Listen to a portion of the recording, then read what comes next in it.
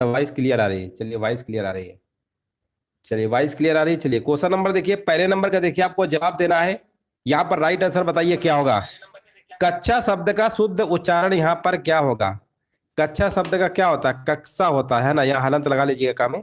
तो यहाँ पर क्या होगा, कच्चा शब्द का शुद्ध उच्चारण क्या होता है, कक्षा होता है। ये वाला ऑप्शन नंबर सी होगा। डी नहीं, कक्षा नहीं, कक्षा, ये सा वाला। इसमें हलंत लगा लीजिए, काम में हलंत नहीं लगी है ना। हलंत लगा लीजिए काम में, कक्षा, ये वाला सी नंबर सही है, पहले नंबर का सी। नेक्स्ट प्रश्न बताइए। काकल्य वर्ण यहां पर बताइए कौन सा है। क्वेश्चन नंबर देखिए, सेकंड नंबर का कमेंट करना है। काकल्य वर्ण कौन सा है, सेकंड नंबर का देखिए, यहां पर जवाब हो गया है। और यहाँ पर देखिए बिल्कुल राइट आंसर बताया जा रहा है क्वेश्चन नंबर सेकंड का, यहाँ पर हाँ बिल्कुल सही है। ऑप्शन नंबर यहाँ पे आपका सी नंबर बिल्कुल राइट आंसर आपका यहाँ पर होगा। नेक्स्ट प्रश्न बताइए। निम्न चार विकल्पों में से शुद्ध वर्तनी वाला शब्द पहचानिए। उल्लंघन, कुल मिला के बताना है आपको उल्लंघन कैसे लिखा जाता है। उल्लंघन कैसे लिखा जाता है, बहुत ही आसान प्रश्न है। और उम्मीद है सभी का आंसर यहाँ पर सही आ रहा है। ऑप्शन नंबर यहाँ पे बी नंबर बिल्कुल करेक्ट आंसर आपका यहाँ पर होगा। नेक्स्ट प्रश्न बताइए। केंद्रीय हिंदी निदेशालय की स्थापना कब हुई। क्वेश्चन नंबर देखिए, 4 नंबर का जवाब देना है। हिंदी यहाँ पर निदेशालय की स्थापना कब हुई, केंद्रीय हिंदी निदेशालय की स्थापना कब हुई। और यहाँ पर देखिए जवाब देना, राइट आंसर आपका यहाँ पर क्या होगा। चलिए कमेंट करते रहिए। और यहाँ पर देखिए 4 नंबर का जवाब आ गया, बहुत ही मतलब तेजी से जवाब आया, लग रहा है बिल्कुल सही जवाब दिया जा रहा है ना। बहुत लोग 1973 मार रहे हैं, कुछ लोग इसमें डी भी मार रहे हैं, है ना। अलग अलग प्रकार के आंसर हैं, तो विशेष ध्यान दीजिएगा। जिनका भी डी आ रहा है ना, 1960 बिल्कुल सही जवाब है। ऑप्शन नंबर यहाँ पे आपका डी नंबर सही है। नेक्स्ट प्रश्न बताइए। निम्नलिखित में से कौन सी पत्र की विशेषता नहीं है। पत्र की विशेषता की अगर हम बात करेंगे, यहाँ पर राइट आंसर क्या होगा, संक्षिप्तता है, बिल्कुल बात सही है। क्रमबद्धता है, विनयशीलता है, लेकिन प्रेषक है ना, ये विशेषता के अंतर्गत नहीं आएगा। ऑप्शन नंबर यहाँ पे आपका आंसर क्या होगा, बी नंबर बिल्कुल करेक्ट आंसर आपका यहाँ पर होगा। चलिए नेक्स्ट प्रश्न बताइए। निम्न में से परा उपसर्ग किस शब्द में नहीं है। देखिए आपको बताना है, परा जो उपसर्ग है इनमें से किस शब्द में नहीं है। पराक्रम में तो है, पराजय में भी है, पराभव में भी है ना। पराधीन, धीन, पराधीन, इसी में नहीं है ना। यहाँ पर नहीं है, यहाँ पर क्या होगा, यहाँ पर अधीन मूल शब्द है, यहाँ पर अधीन है, इसलिए परा उपसर्ग नहीं होगा। इसमें मूल शब्द अधीन निकलना है। ऑप्शन नंबर आपका यहाँ पर सी नंबर बिल्कुल करेक्ट आंसर आपका होगा। चलिए यहाँ पर बताइए, किसके उच्चारण में यहाँ पर बताइए वस्त्र की सहायता ली जाती है। चलिए बताइए, क्वेश्चन नंबर 7 का आंसर यहाँ पर क्या होगा। 7 नंबर का देखिए यहाँ पर जवाब जवाब आ चुका है, पर प्लस अधीन, हाँ बिल्कुल सही है। यहाँ पर बताइए, किसके उच्चारण में वत्स की सहायता ली जाती है। यहाँ पर आंसर होगा सा। ऑप्शन नंबर किस में जाएगा, विकल्प नंबर जाएगा यहाँ पर सी नंबर के साथ। अब देखो 7 नंबर में दंत जो पढ़ते नहीं आप, ये होता क्या, दांत प्लस मसूड़ा, है ना, दंत मूल से जिसे बनते हैं, तो ये सा आता है इसी में, ठीक है ना। ऑप्शन नंबर सी होगा, ये प्रश्न एग्जाम का पूछा हुआ है। टहलना स्वास्थ्य के लिए अच्छा है, वाक्य में टहलना क्या है ना, टहलना स्वास्थ्य के लिए अच्छा है। वाक्य में टहलना यहाँ पर क्या है, तो टहलना आपका यहाँ पर संज्ञा है। विकल्प जाएगा आपका यहाँ पर ए नंबर के साथ। नेक्स्ट प्रश्न बताइए। स्वर रहित व्यंजन जब स्वर सहित व्यंजन से मिलता है तब क्या कहलाता है। यहां पर देखिए आपको जवाब देना है, स्वर रहित व्यंजन जब स्वर सहित व्यंजन से मिलता है तब क्या कहलाता है। क्वेश्चन नंबर देखिए 9 का जवाब देना है। और यहां पर बताया जा रहा है संयोक्ताक्षर, बिल्कुल सही जवाब दिया गया। नेक्स्ट प्रश्न बताइए। छायादार शब्द किसका उदाहरण है। अब देखिए छायादार, है ना, छाया अब प्लस दार से मिलकर बना हुआ है। अब छाया कैसा शब्द है, छाया तो आपका हिंदी शब्द है, आपको दिख ही रहा है ना, ये हिंदी शब्द है आपका। छाया शब्द कैसा है आपका, ये हिंदी शब्द है। और ये कैसा है, फारसी है ना, फारसी है। जब दो अलग अलग भाषाओं से मिलकर बनता है तो क्या बनता है, संकर बनता है। ऑप्शन नंबर सी होगा। निम्न में से अर्धस्वर बताइए, यहाँ पर क्या होगा, अर्धस्वर। 11 नंबर का जवाब देना है। अर्धस्वर यहाँ पर बताइए क्या होगा। देखिए या और वाह, या और वाह आपके क्या होते हैं, अर्धस्वर होते हैं, याद रखिएगा, है ना। या और वाह ये दोनों दोनों आपके होते हैं। या और वाह क्या होते हैं, अर्धस्वर होते हैं। रा जो होता है, रा ये लुंठित होता है, लुंठित ध्वनि है, याद रखिएगा, लुंठित ध्वनि है, ठीक है ना। ये आपका लुंठित ध्वनि है आपका रा। ला कैसा, ला पार्श्विक ध्वनि है, ठीक है ना, ये प्रश्न पूछा जाता है। और यारा लावा चारों ये आपके अंतस्थ व्यंजन के अंतर्गत आते हैं। खगेश का पर्यायवाची क्या होगा, यहाँ पर देखिए जवाब देना है। 12 नंबर का जवाब यहाँ पर क्या होगा, खगेश। खगेश का पर्यायवाची हमने बहुत बार कराया है। और यहाँ पर जवाब आपका हो जाएगा वायनते, ऑप्शन नंबर जाएगा सी नंबर के साथ। निम्नलिखित में से भाववाचक संज्ञाएं कौन सी हैं? देखिए बहुत अच्छा प्रश्न है। अब इसमें थोड़ा दिमाग आपको लगाना पड़ेगा। भाववाचक संज्ञाएं कौन सी हैं, यानी आपके तीन तीन है नाम और तीनों होने चाहिए। अब ऐसे प्रश्नों में थोड़ा दिमाग खर्च करना पड़ता है। 13 नंबर का जवाब आ गया, कह रहे बी नंबर, यौन, लोभ और मोह। बिल्कुल सही जवाब है, ऑप्शन नंबर यहाँ पे बी होगा। अंदर अंदर कढ़ाई में गुड़ पगना, इसका क्या मतलब होता है? 14 नंबर का देखिए जवाब देना है। अंदर अंदर कढ़ाई में गुड़ पगना, इसका मतलब होता है गुप्त मंत्रणा करना। ऑप्शन नंबर यहाँ पर जाएगा बी नंबर के साथ। नेक्स्ट प्रश्न बताइए, निम्नलिखित में से हजारी प्रसाद द्विवेदी द्वारा रचित निबंध यहाँ पर कौन सा है ना? यहाँ पर देखिए जवाब देना है। 15 नंबर का जवाब यहाँ पर क्या होगा, जवाब आ चुका है, कुटज बताया जा रहा है, बिल्कुल सही जवाब है। नेक्स्ट प्रश्न बताइए। और यहाँ पर देखिए जवाब देना है, मैंने आम ले लिया है का बहुवचन क्या होगा? मैंने आम ले लिया है, इसका आपको बहुवचन बताना है। क्वेश्चन नंबर 16 नंबर का यहाँ पर जवाब यहाँ पर क्या होगा? हाँ देखिए बिल्कुल सही जवाब आ गया है। 16 नंबर का यहाँ पर बताया जा रहा है, मैंने आम ले लिए हैं, है ना? बिल्कुल सही है। देखिए बहुत लोग ए मार रहे हैं, ए वाले विषय ध्यान रहे, ऐसे प्रश्न गलती हो जाती है।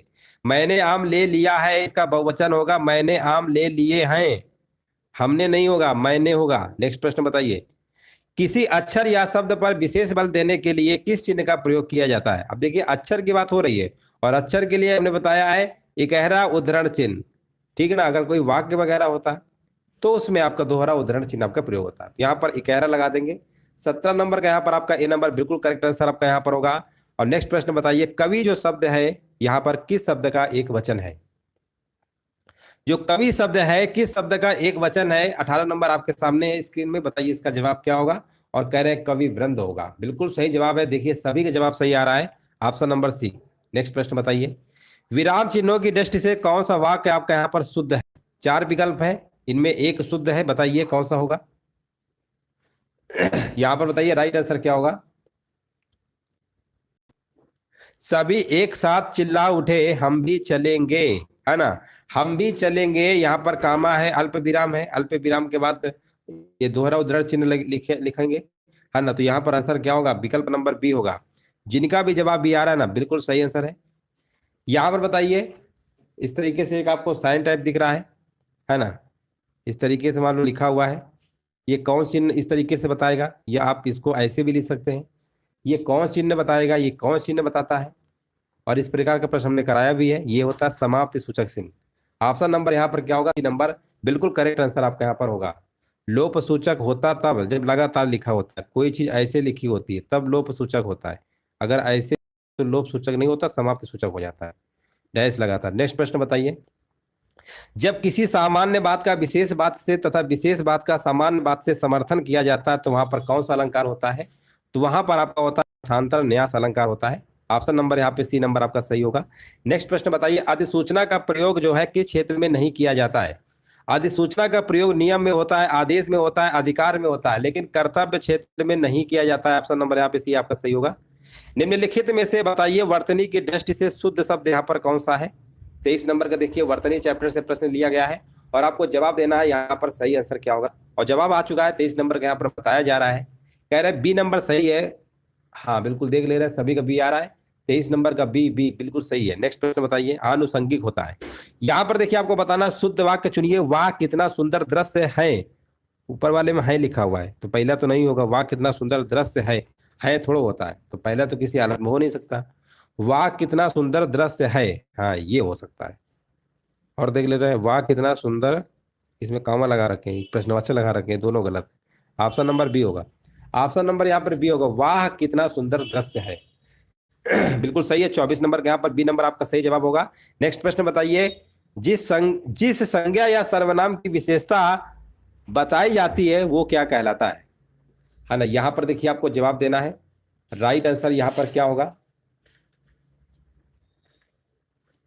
चलिए यहां पर देखिए कमेंट करना है।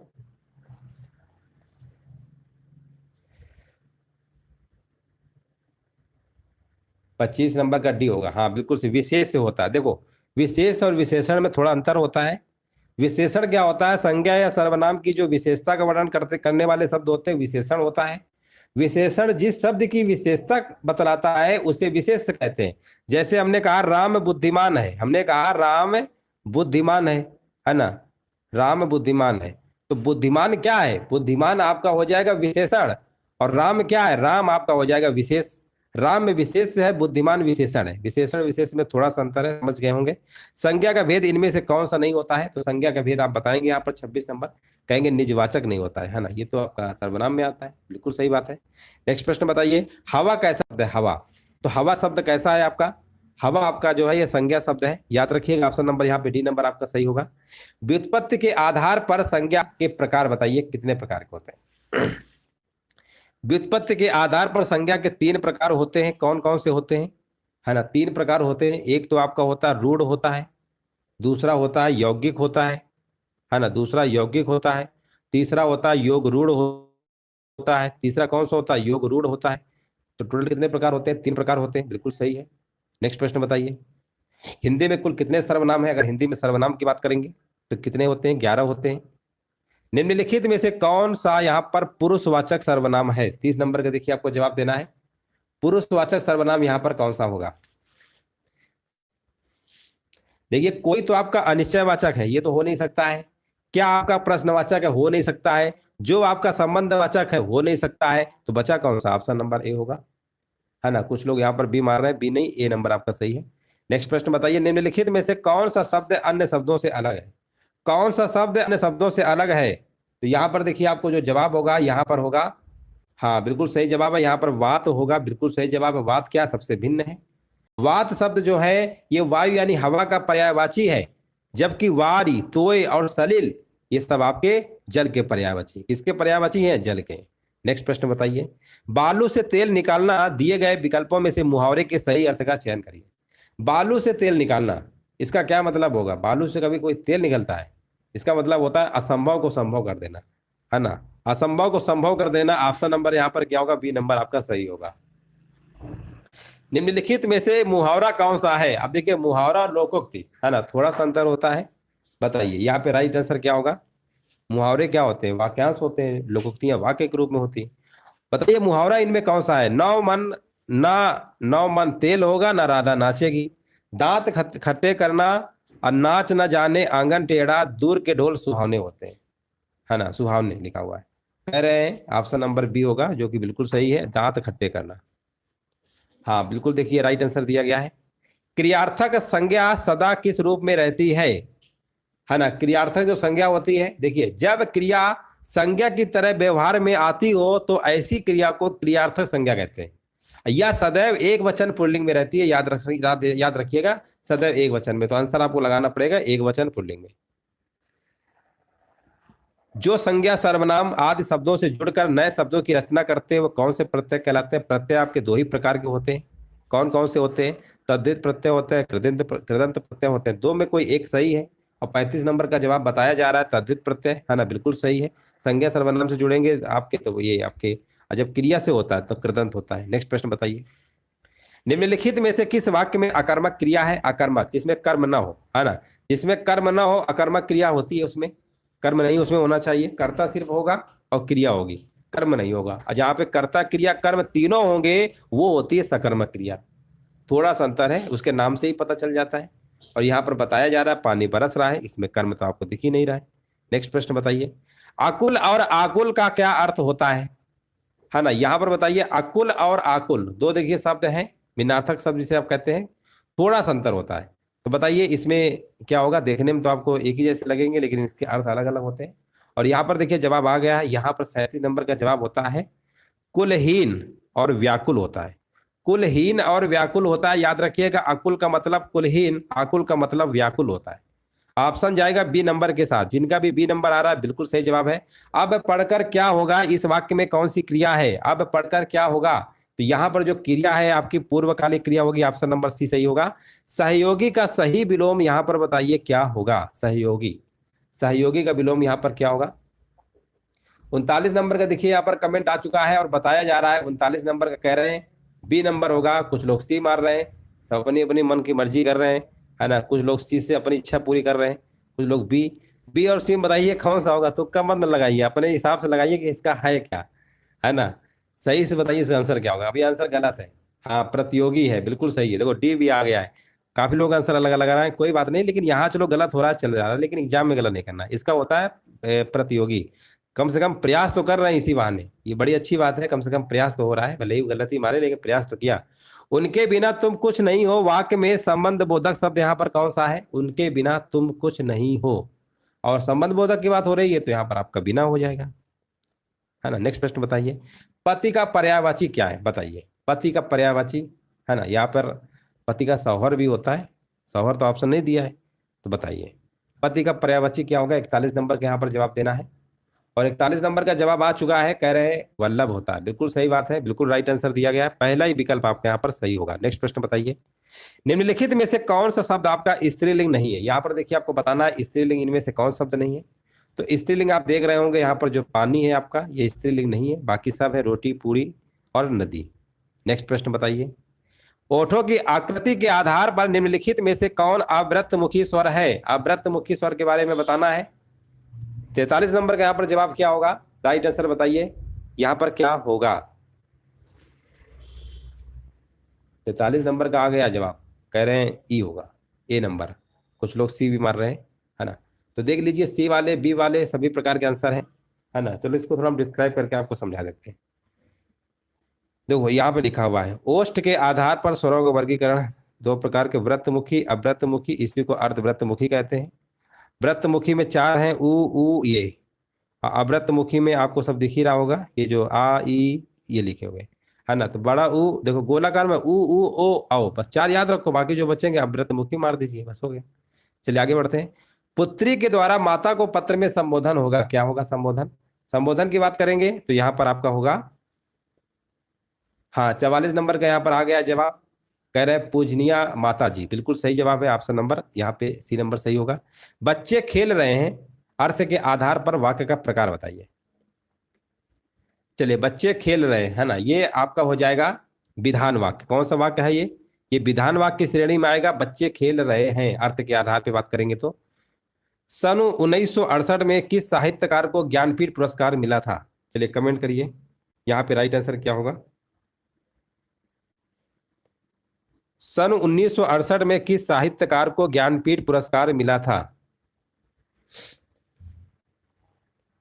हाँ बिल्कुल सही जवाब है, पहले साहित्यकार सुमित्रानंदन पंत बताया जा रहा है, जो कि बिल्कुल करेक्ट आंसर दिया गया है ना। बिल्कुल सही है, पंत है, बिल्कुल सही है, ऑप्शन नंबर सी होगा। नेक्स्ट प्रश्न बताइए, चिदम्बरा के लिए, हाँ बिल्कुल। चलिए आगे बढ़ते हैं, और यहाँ पर देखिए आपको जवाब देना है, मलबे का मालिक कहानी के कहानीकार कौन है? मलबे का मालिक मोहन राकेश, बिल्कुल सही जवाब है। नेक्स्ट प्रश्न बताइए, प्रयोग की दृष्टि से सर्वनाम के कितने भेद होते हैं? अगर हम प्रयोग की दृष्टि से बात करेंगे सर्वनाम की तो पांच नहीं होते, 6 भेद होते हैं, है ना। कितने होते हैं? 6 भेद होते हैं, 6। ऑप्शन लगाइए यहाँ पर, आंसर डी वाला। अब 6 कौन कौन से हैं? पुरुषवाचक, संबंधवाचक, निश्चयवाचक, अनिश्चयवाचक, प्रश्नवाचक और निजवाचक, टोटल 6 होते हैं। नेक्स्ट प्रश्न बताइए, विशेषण और विशेष के योग से कौन समास बनता है ना। विशेषण और विशेष आपके दिमाग में याद आ गया होगा, ये आपका कौन सा बनता है? हाँ कर्मधारय समास, बिल्कुल सही है ना, बिल्कुल राइट आंसर दिया गया है। निम्नलिखित में से शुद्ध वर्तनी बताइए। 50 नंबर का देखिए आपको जवाब देना है, वर्तनी चैप्टर से प्रश्न लिया गया है, और शुद्ध वर्तनी बताइए इसमें क्या होगा।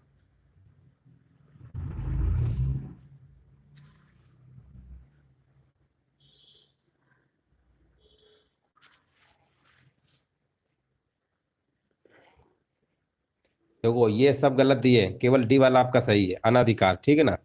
देखो आंख, ये जो आंख लिखा है, ये आंख इस तरीके से लिखा होता, ऐसे चांद बिंदी बना के तो सही होता। आंगना में ऐसे लिखते हैं, ये शुद्ध होता। आंगन में आपका ऐसे लिखते हैं, यहाँ भी चांद बिंदी रहती है, तब शुद्ध होती। ये वाला सही, आप अनधिकार होता है, बिल्कुल सही है ना। इस तरीके से आपका यहाँ पर डी नंबर आपका सही हो जाएगा। इस तरीके से आपके जो टॉप 50 प्रश्न थे कंप्लीट हो चुके हैं। और ईमानदारी से लास्ट में जरूर बताइएगा कि 50 में से कितने प्रश्न आपके सही हुए हैं। वीडियो को सभी लोग लाइक